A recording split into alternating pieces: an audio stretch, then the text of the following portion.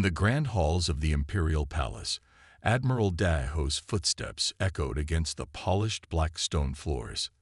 The massive chamber, with its towering columns reaching into darkness above, held the most powerful beings in the known galaxy. The air smelled of exotic incense, and the soft hum of energy fields filled the silence between his words. Daho stood straight, his silver uniform reflecting the soft blue light from the holographic display floating between him and the assembled council. His weathered face showed the confidence of someone who had conquered 12 worlds in his lifetime. The three-dimensional image of Earth rotated slowly, showing the blue planet's continents and oceans in perfect detail. "As you can see, my Emperor," Daho said, his voice carrying across the chamber, "the humans have only reached a basic level of space travel. They have not yet colonized their own moon, and their furthest expeditions have barely touched the edge of their solar system." Emperor Han leaned forward on his crystalline throne, his eyes reflecting the hologram's light. The throne, carved from a single piece of star crystal, was said to be older than the Empire itself. Han's simple black robes made him look more like a scholar than a ruler of 10,000 worlds, but his eyes held the sharp intelligence that had expanded the Empire's borders for 30 years. "Tell me about their weapons," Han said, his voice soft but commanding. Daho waved his hand, and the hologram changed to show Earth's military installations. They still use chemical rockets and nuclear weapons. Their most advanced fighters rely on primitive jet engines. Their naval vessels float on water, powered by nuclear reactors that we mastered 500 years ago. Council member Jinnah, her white hair marking her age and wisdom, spoke up from her seat. "And yet they survive. They must have some strength we haven't seen." Daho smiled slightly. "They fight each other constantly. Their planet is divided into nearly 200 separate territories they call nations. They waste resources on internal conflicts and border disputes. Their largest military power, which they call the United States, has not won a significant war in over 50 years." The hologram shifted again, showing scenes from Earth's recent conflicts. Tanks rolling across deserts, ships launching missiles, aircraft dropping bombs, all of it looking like children's toys to the assembled leaders who commanded ships that could crack planets. General Yoon, the youngest council member at only 90 years old, laughed openly. "They still use solid projectile weapons. Their soldiers carry rifles that would have been outdated during our first empire." Emperor Han raised his hand for silence, and the chamber immediately quieted. "Show me their communications technology," he ordered. The hologram changed once more, displaying Earth's satellite network, internet infrastructure, and broadcasting systems. Daho pointed to various elements as he explained. "They rely on primitive digital systems, vulnerable to solar flares and electromagnetic interference. Their fastest communication methods still can't beat light speed. They have no quantum entanglement networks, no telepathic enhancers, not even basic neural interfaces."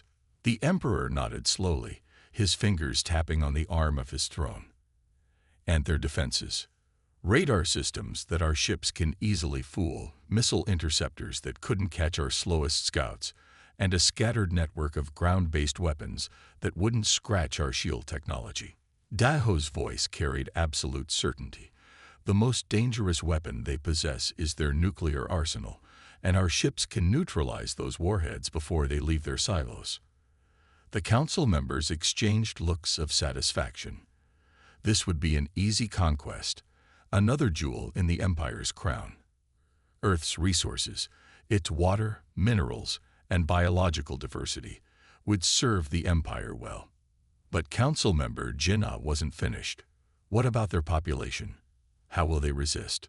Daho changed the display one final time, showing Earth's cities, its military bases, its centers of power. 8 billion humans spread across their continents. They have no unified government, no planetary defense force. Their strongest alliances fracture under pressure. We estimate that a show of force over their major cities will bring surrender within days. Emperor Han stood, his movement causing the entire council to rise with him. He walked down the crystal steps from his throne, approaching the hologram. His hand passed through the image of Earth, making it shimmer. "A beautiful world," he said quietly. "It will make an excellent addition to our empire." He turned to face Daho. "How many ships will you need?" "I have prepared a fleet of 10,000 warships, my emperor. It is more than we need, but I believe in overwhelming force. The sight alone should convince them to surrender without significant bloodshed." The emperor smiled, a rare sight that made several council members shift nervously. "Then make it so, Admiral Daho. Bring us Earth, and bring it to us intact. This world will serve as an example to others who think they can remain independent from our glory." Daho bowed deeply, his right fist pressed against his chest in the traditional salute. "By your command, my emperor, I will depart within the day." As Daho left the chamber, the council members began their discussions of how to divide Earth's resources, how to integrate its population into the empire's workforce, and which of their families would govern which territories. None of them noticed council member Jinnah's troubled expression, or the way she studied the hologram of Earth with worried eyes. In the end, they would all learn that appearances can be deceiving, and that the greatest power often hides behind the simplest facade. But for now, they celebrated another conquest before it began, confident in their superiority and blind to the truth that would soon shatter their empire forever. Fleet Commander Jaiwan stood at the massive viewing window of the eternal dawn, her hands clasped behind her back as she watched the last ships of her fleet enter formation. The void of space lit up with 10,000 points of light, each representing a warship larger than Earth's largest cities. Her reflection in the window showed a slight smile. This would be her greatest victory yet. "All ships report ready, Commander," Sunwoo said from his station.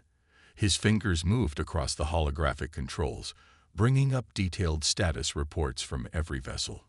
Engineering reports hyperspace drives are charged and synchronized.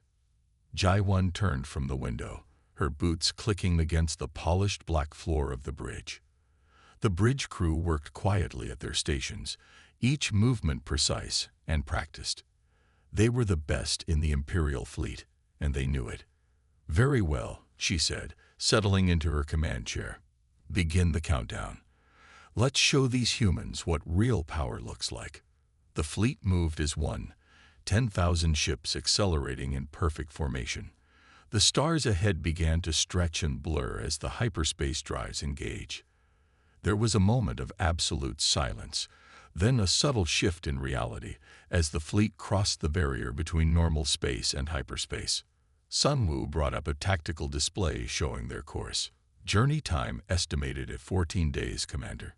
We'll emerge just beyond their moon's orbit, giving us perfect positioning for the initial show of force."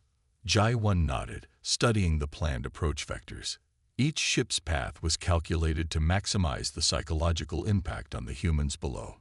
When they arrived, the fleet would blot out the sun over every major city simultaneously. It was a tactic that had broken the will of dozens of worlds before.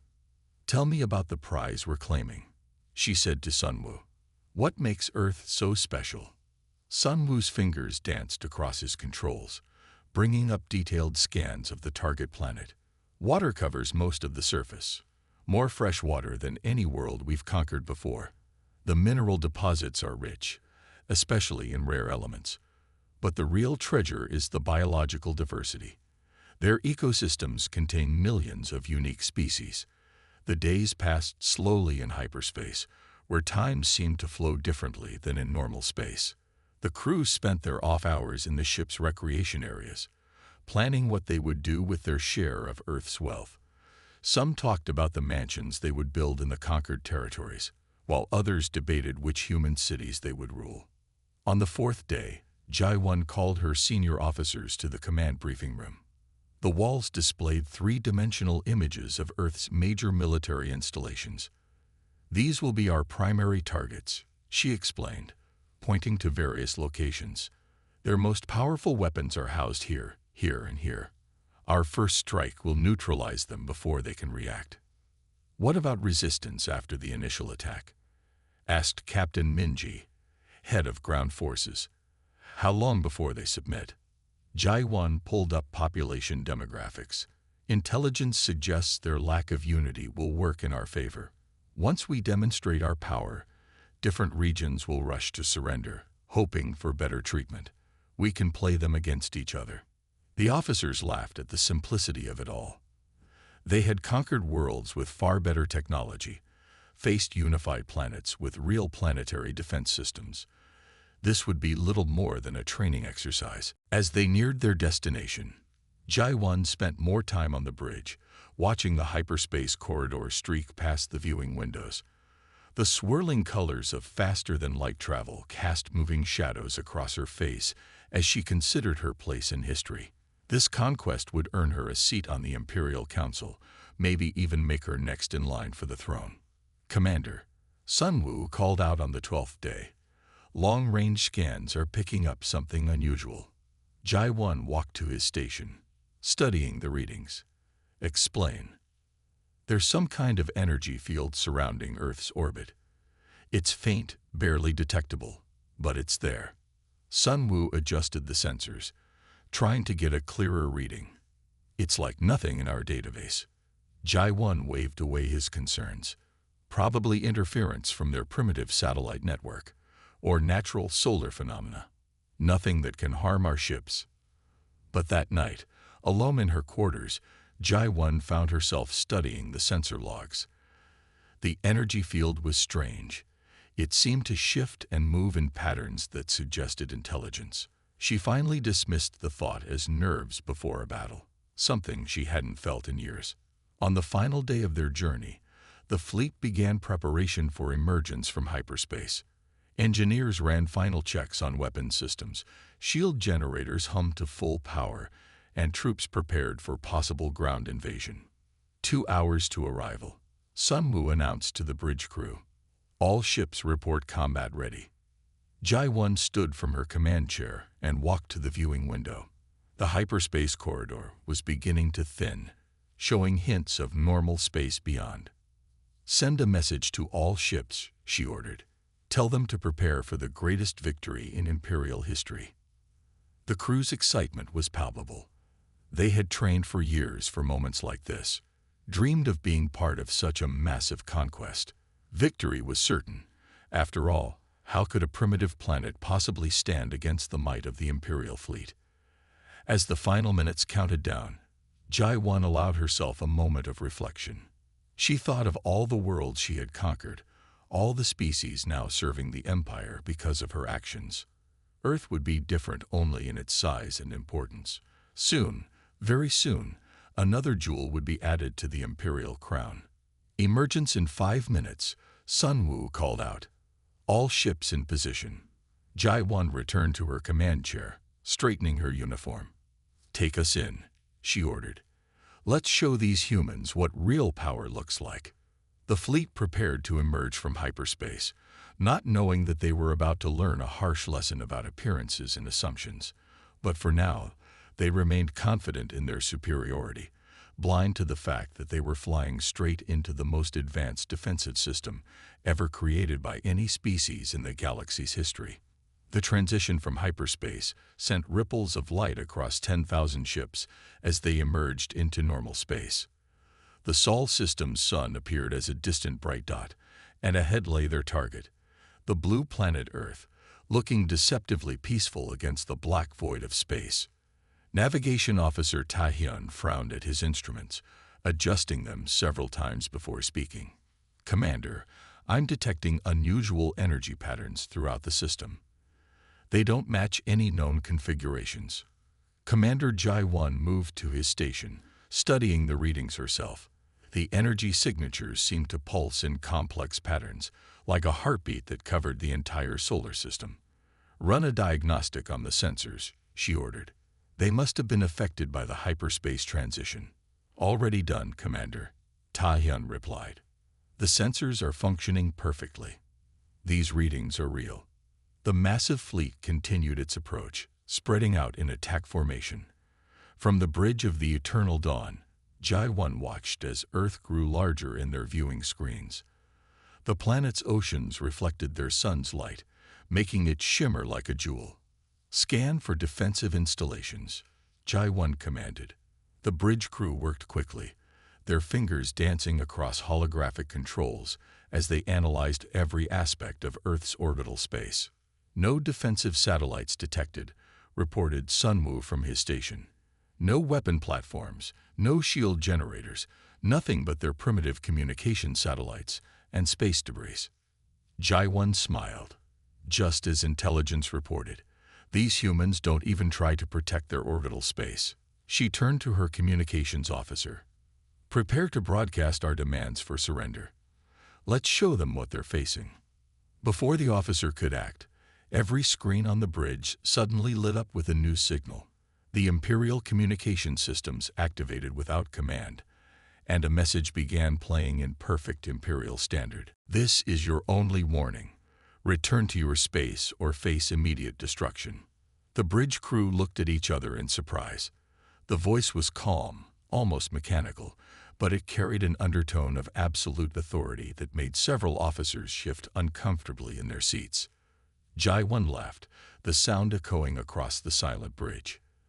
They dare to threaten us. Us, with 10,000 warships. She stood from her command chair, addressing her crew. This proves how primitive they are. They think they can bluff their way out of conquest. Commander, Ta-hyun called out, his voice tense. The energy readings are intensifying. They're forming some kind of pattern around the planet. Meaningless, Jai-1 said, probably trying to interfere with our sensors. Continue the advance. She turned to her tactical officer. Prepare to demonstrate our power. Target their largest military installations for the first strike. The fleet moved forward in perfect formation, each ship's weapons charging, their shields at full power. The Earth grew larger in their displays, its continents now clearly visible through its swirling cloud cover. Another message came through. Your weapons will not function here. Your shields cannot protect you. This is your final chance to retreat. Jai-1's smile faded, replaced by anger. They dare to send another threat. Show them our response. Fire a warning shot. Destroy one of their satellites. A nearby destroyer targeted an old weather satellite, its weapons powering up. The beam fired and vanished into nothing halfway to its target. What happened?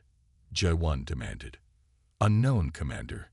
The weapons officer reported, his voice shaking slightly. The energy just disappeared.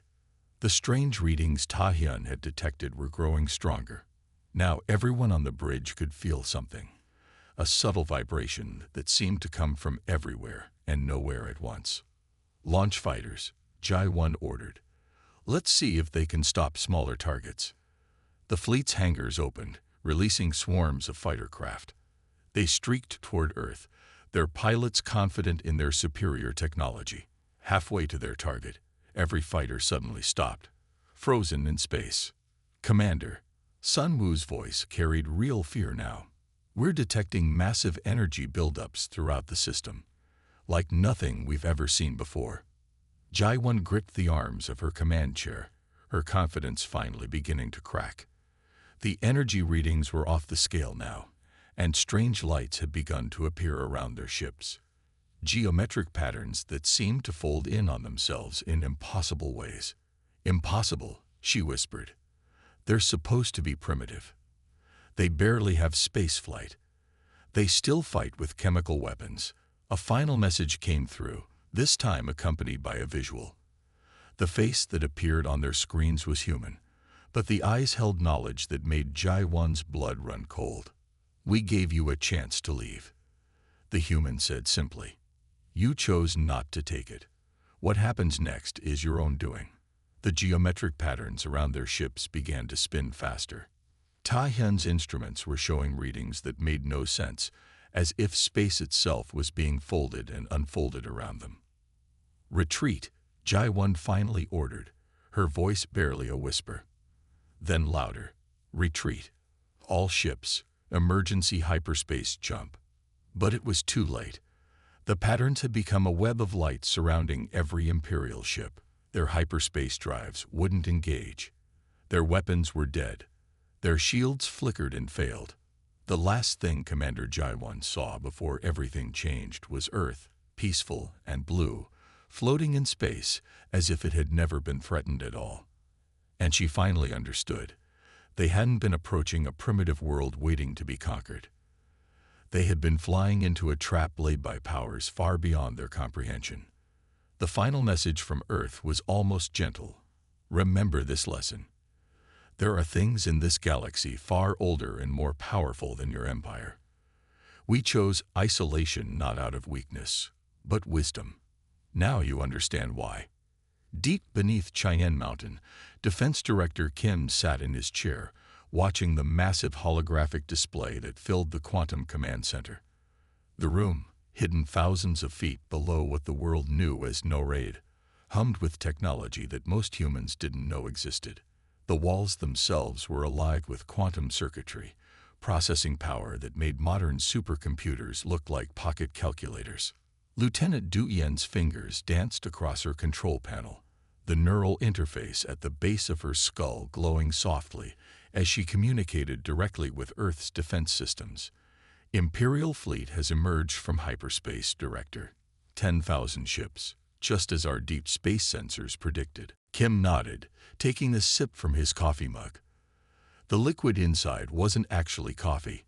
It was a neural enhancer that helped operators interface with the quantum systems, but they still called it coffee out of habit. "Show me their formation," he said quietly. The hologram shifted, displaying the Imperial fleet in perfect detail. Each ship was tagged with data streams showing their capabilities, weaknesses, and crew complement. Centuries of covered observation had given Earth complete knowledge of Imperial technology. "They're executing a standard Imperial conquest formation," Tu Yen reported. "Just like the simulations. Their arrogance makes them predictable." Around them, other operators worked at their stations, each connected to different aspects of Earth's true defensive capabilities. Humanity had hidden these advances for centuries, knowing this day would come. While the world's governments played at conventional warfare and political games on the surface, deep underground, the real work of protecting Earth had continued uninterrupted. "Deploy the quantum web," Kim ordered. "Let's make sure they can't run once they realize what they're facing." Du Yen nodded, her neural interface pulsing as she sent the commands. Throughout the solar system, hidden quantum satellites activated, creating an invisible web that would prevent any hyperspace jumps. The Imperial fleet was now trapped. "They're scanning for defensive installations," another operator called out. "Their sensors are only detecting our decoy satellites and space junk." Kim allowed himself a small smile. "Let them think we're helpless. Activate the dimensional arrays, but keep them cloaked until my signal." Throughout Earth's orbit and across the solar system, ancient technology stirred to life. The dimensional arrays, built by humans centuries ago using knowledge that would terrify most of the galaxy, powered up silently. Each array could bend space itself, turning the Empire's own weapons against them. "Should we send the warning message?" Du Yen asked. "Yes," Kim replied. "They won't listen, but protocol requires we give them a chance to retreat." The message was sent, and as expected, the Imperial fleet continued their advance. Kim watched their response on the main display, noting how quickly they dismissed the warning. It was always the same with the Empire. They couldn't imagine that a seemingly primitive world could pose any threat. "Director," Du Yen called out, "they're preparing to fire on one of our decoy satellites. Should we let them?" "Let them try. It's time they learned their first lesson about appearances." The Imperial weapon fired, and the beam simply vanished halfway to its target, absorbed by defenses that operated on principles the Empire couldn't comprehend. Kim could imagine their confusion, their disbelief that their weapons had failed. "They're launching fighters," another operator reported. "Freeze them," Kim ordered. "Show them another taste of what they're facing." Du Yen's fingers flew across her controls, and the quantum web pulsed. Every Imperial fighter stopped dead in space, caught in fields that denied the very laws of physics as the Empire understood them. "Dimensional arrays are fully charged," Du Yen reported. Targeting solutions are locked on all Imperial vessels. We can end this any time you give the word. Kim stood up, walking closer to the main display. He studied the Imperial fleet, thinking about all the worlds they had conquered, all the civilizations they had destroyed in their endless expansion. Earth could have stopped them centuries ago, but humanity's leaders had chosen a different path. "Send the final warning," he said. "Let them see who they're really dealing with." The message went out, accompanied by a visual feed from their command center. Kim knew what the Imperials were seeing. A facility that should be impossible by their understanding of technology, operated by the primitive humans they had come to conquer. "They're trying to retreat," Du Yin reported, a note of satisfaction in her voice. "Their hyperspace drives are powering up." "Too late," Kim said quietly. "Activate the arrays. Full power. Let's make this quick and clean." The dimensional arrays spun up to full power, their energy readings going off the scale. The quantum web tightened around the Imperial fleet, negating their shields, disrupting their weapons, trapping them in normal space. "Arrays ready," Du Yin announced. "Awaiting your command." Kim thought about all the years of preparation, all the technological advances humanity had hidden from the galaxy. They had known this day would come, the day when humanity would have to reveal its true power to protect not just Earth, but countless other worlds from Imperial aggression. "Execute," he said simply. Du Yin's neural interface flared bright as she sent the command. The dimensional arrays activated simultaneously, their power reaching out across space to envelop the Imperial fleet. What happened next would be studied by Imperial scientists for generations, if they were brave enough to look at the truth. "It's done," Du Yin reported moments later. "All Imperial ships have been neutralized. Cleanup crews are standing by to collect any debris." Kim nodded, returning to his chair. "Send word to the Council. Tell them it's time for Phase 2. The Empire needs to understand that humanity's isolation was a choice, not a weakness." As the operators began their post-action procedures, Kim looked at the main display one last time.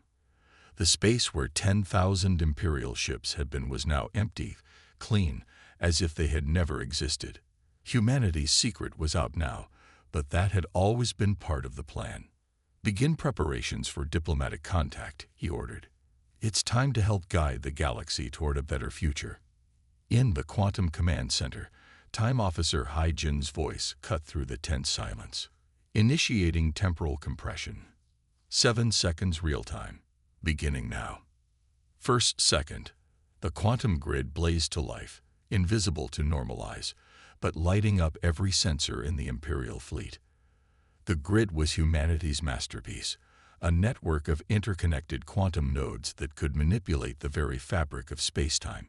Commander Jai-1 aboard the Eternal Dawn felt it first, a subtle vibration that made her teeth ache. "Grid synchronization at 100%, Lieutenant Du Yin reported, her neural interface pulsing rapidly. All nodes responding. Second, the targeting computers, powered by quantum AI systems that made Imperial technology look primitive, locked onto every ship in the enemy fleet. Not just the ships themselves, but every critical system, every weapon, every shield generator. 10,000 ships, each targeted with microscopic precision. Aboard the Imperial ships, alarms began blaring as their sensors detected multiple targeting locks.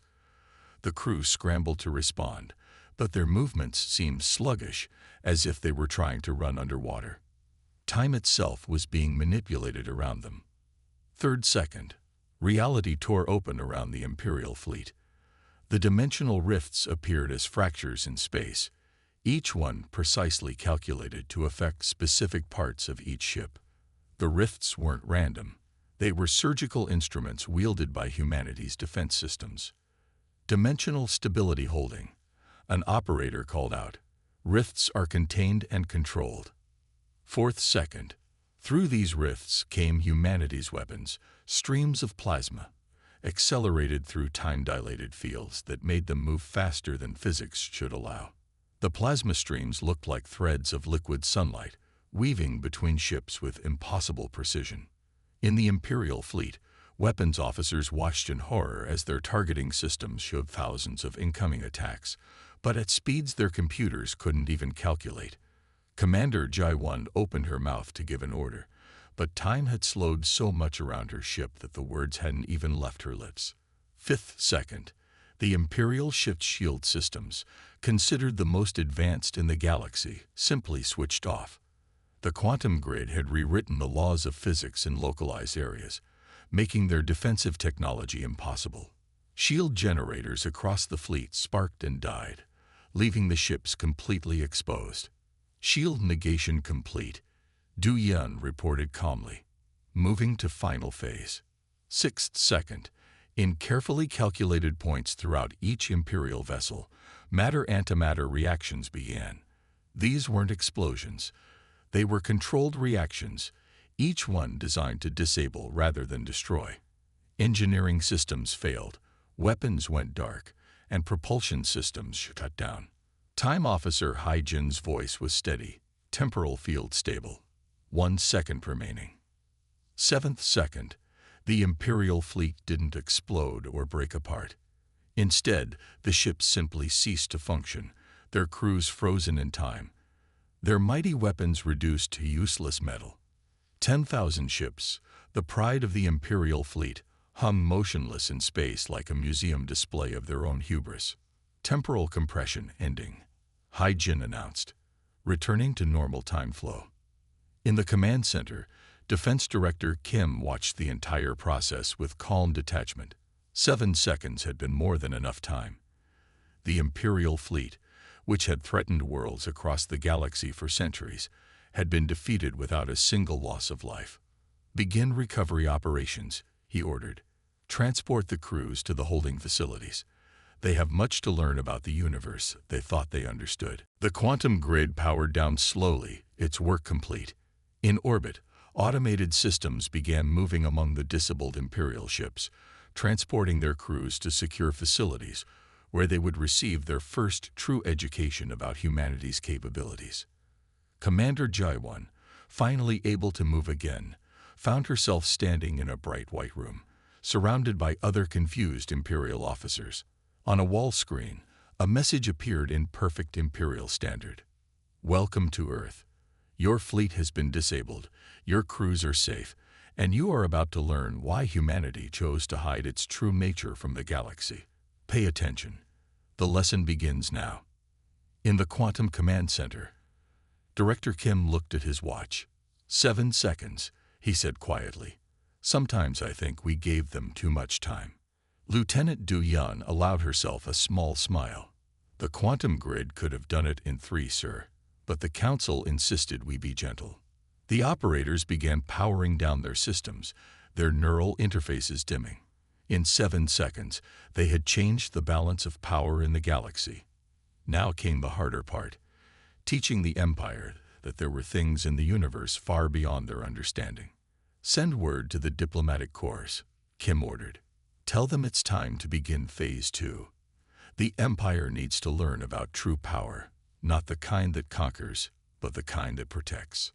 As the command center returned to its quiet routine, the disabled Imperial ships were already being moved to secure facilities. In 7 seconds, humanity had revealed itself to the galaxy. In 7 seconds, they had demonstrated power that the Empire couldn't even comprehend. But those 7 seconds were just the beginning. Now came the real work, helping a galaxy trapped in cycles of conquest and dominance understand that there were better ways to exist. The Empire had come expecting to find primitives. Instead, they had found their teachers. And in the Quantum Command Center, deep beneath the mountain, humanity's guardians prepared for their next task, guiding a civilization that had lost its way back toward the light. 7 seconds had changed everything, but the real changes were just beginning. Young Officer Min's escape pod tumbled through space, its systems barely functioning after passing through the quantum grid's outer edge. His hands wouldn't stop shaking as he tried to steady the pod's course. The small viewport showed only stars now, but he couldn't erase the images burned into his mind. 10,000 ships frozen in an instant, reality itself torn apart around them. The pod's emergency beacon pulsed weakly, broadcasting its location to any Imperial ships that might be searching. Min knew he was the only survivor, not because the others were dead, but because the humans had allowed him to escape. They had wanted someone to carry their message back to the Empire. Navigation systems online. The pod's computer announced in a flat voice. Course set for Imperial space. Estimated arrival: 6 days. Min pulled up the pod's simple recording system and began speaking, his voice trembling. "This is Officer Min of the Imperial fleet. I need to record what I witnessed while it's still fresh in my mind. The Empire must know the truth about Earth." In his mind, he replayed those 7 seconds again and again.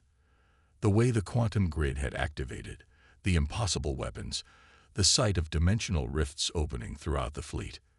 The humans hadn't just defeated them, they had rewritten the laws of physics itself. Days later, Min's pod was picked up by an Imperial patrol ship near the Empire's outer territories. The patrol captain didn't believe his story at first, but the fear in Min's eyes convinced him to send an urgent message to the Imperial palace. Emperor Han was holding court when the message arrived. He sat on his crystal throne, listening to the usual reports of conquered worlds and subjugated species when his personal aide rushed in with Min's recording. The throne room fell silent as they watched the footage from Min's pod. The young officer's terrified face filled the holographic display as he described what he had seen. The Emperor's expression darkened with each passing moment. "Impossible," one of the council members whispered. "No species could have hidden such technology from us." But Min's recording continued, showing sensor data from those 7 seconds. The readings were clear. The humans had wielded power that made Imperial technology look like children's toys. "Bring him to me," Emperor Han ordered. "I want to question this officer myself." Hours later, Min stood before the Emperor, his uniform still stained from his time in the escape pod. He told his story again, his voice stronger now, but still haunted by what he had seen. "They knew we were coming," Min explained. "They've known about us for centuries. All our scans, all our intelligence. They wanted us to see what they wanted us to see." Emperor Han leaned forward on his throne. "Explain." "The humans," Min paused, gathering his thoughts. "They're not primitive at all. They've been watching us, studying us, letting us think we were the advanced ones. But their technology, it's beyond anything we've ever seen." In the Imperial Palace's Strategic Command Center, analysts were already reviewing centuries of data about Earth. Looking at it with new eyes, patterns began to emerge. Subtle anomalies in long-range scans, unexplained disappearances of Imperial scout ships near Earth's solar system, strange energy readings that had been dismissed as natural phenomena. "How long?" the Emperor asked. "How long have they been hiding their true nature?" Min's answer chilled everyone in the throne room. "According to what I heard while in their custody, they achieved quantum manipulation technology over 300 years ago. They could have conquered the Empire then, but they chose not to." The implications were staggering.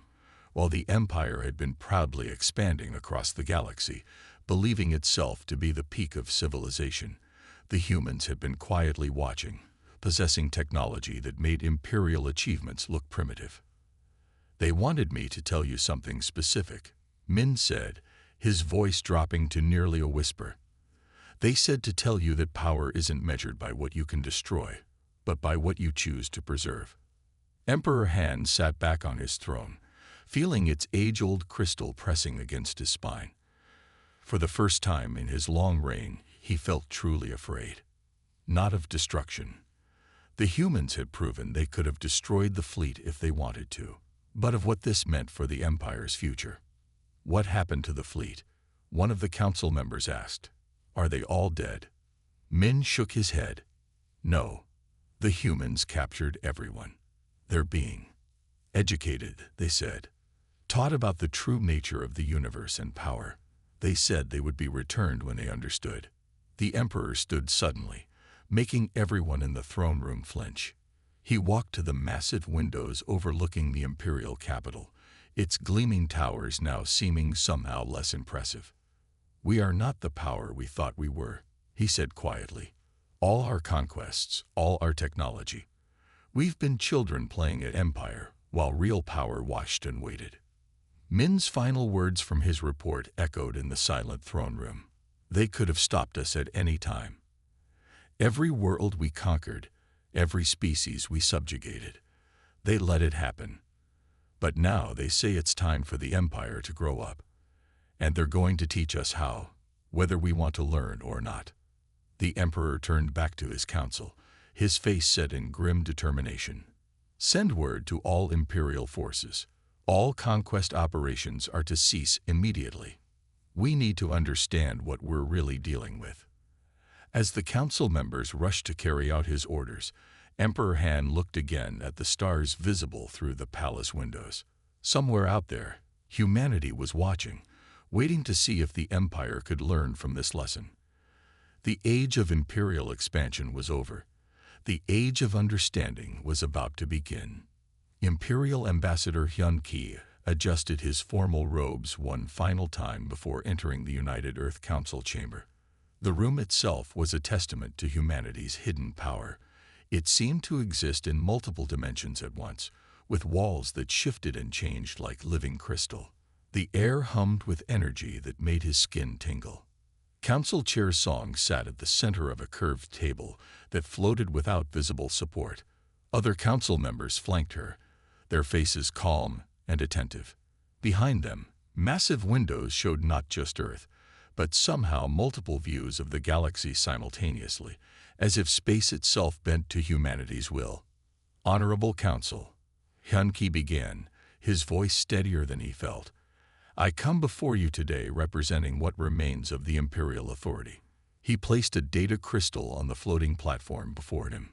"These are our terms of unconditional peace." Chair Song's smile remained gentle, but her eyes held ancient wisdom. "We've been waiting for this moment for a very long time. Ambassador, please continue." The terms were extensive.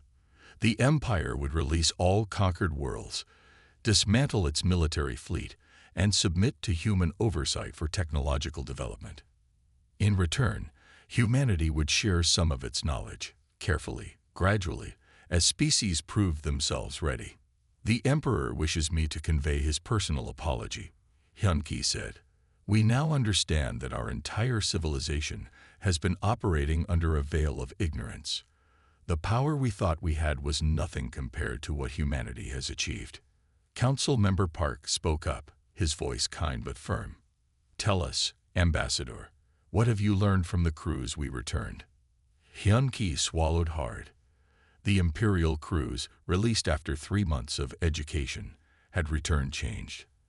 They spoke of technologies that defied comprehension, of humanity's true history stretching back far longer than anyone had imagined. "They told us that what we call advanced technology is like stone tools compared to your achievements," he replied. "That humanity chose isolation not out of weakness, but because you were waiting for other species to mature enough to handle real power." Song nodded. "We've watched the galaxy for centuries, Ambassador. We saw civilizations rise and fall. We saw the Empire begin its expansion, and we waited, hoping you would learn wisdom on your own. But we didn't," Hyun Ki acknowledged. "We confused conquest with advancement." The windows behind the council shifted, showing scenes from Imperial history. Worlds conquered, species subjugated, resources stripped. Then they changed again, showing something else. Human observers present at each event, invisible but watching, recording, waiting. "We could have stopped you at any time," Council Member Lee said softly. "But that would have only replaced one form of dominance with another. Instead, we waited for you to learn this lesson yourself." Hyun Ki looked down at his hands. "The Empire's pride nearly brought us to destruction. If you had been less merciful." "Destruction is easy," Song interrupted. "Creation, guidance, teaching. These are the true measures of civilization. That's why we're offering the Empire a chance to learn, to grow, to become something better. The terms continued. Human teachers would be sent to Imperial worlds, sharing knowledge at a pace each species could handle. The Empire's former territories would be helped to develop their own paths, free from external control. There will be resistance, Hyun-Ki warned.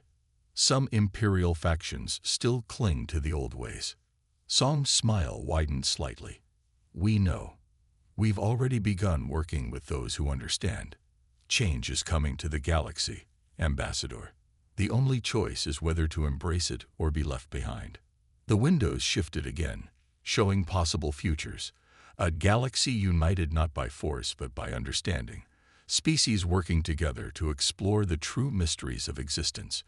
Technological advances that made even humanity's current achievements look simple.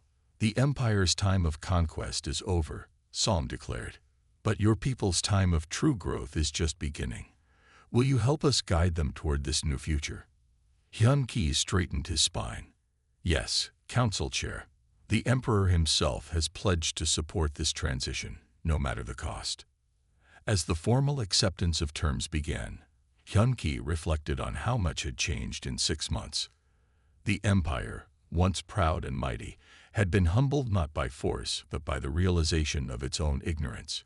Humanity, which they had dismissed as primitive, had turned out to be ancient guardians of knowledge beyond imagination. Remember this moment, Ambassador, Song said as the ceremony concluded. It's not the end of your civilization. It's the beginning of your real journey. Welcome to the true galaxy. As Hyun-Ki left the chamber, he felt both humbled and hopeful. The Empire had wanted to conquer Earth, but instead, Earth had given them something far more valuable. A chance to become something greater than conquerors.